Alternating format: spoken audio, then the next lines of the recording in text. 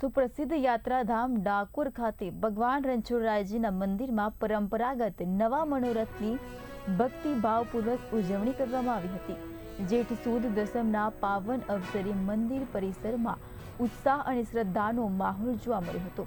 આ પ્રસંગે ભગવાન રણછોડરાયજીને નૌકા વિહાર કરાવવામાં આવ્યો હતો। તો સાંજે 5 વાગ્યા બાદ યોજાતા આ વિશેષ મનોરથમાં શ્રીજીના સેવકો દ્વારા શ્રી ગોપાલ લાલાજી મહારાજને નાવમાં વિરાજમાન કરાવી ઠંડકનો ભાવ પ્રદાન કરવામાં આવ્યો હતો। નાવ મનોરથના દર્શન કરવા મોટી સંખ્યામાં ભાવિ ભક્તો મંદિરે ઉમટી પડ્યા હતા।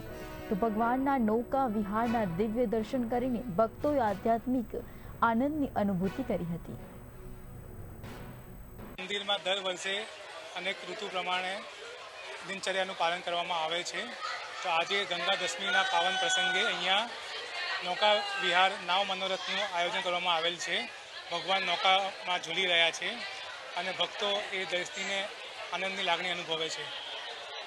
ગંગા દશેરા નિમિત્તે રાજા રણછોડના નૌકા વિહાર છે એમાં દર્શન કરવા આવ્યા છીએ અમે અને દર્શન કરીને અમે ધન્યતા અનુભવીએ છીએ। અમે દર ગંગા દશેરાએ અહીંયા આવીએ છીએ દર્શન કરવા।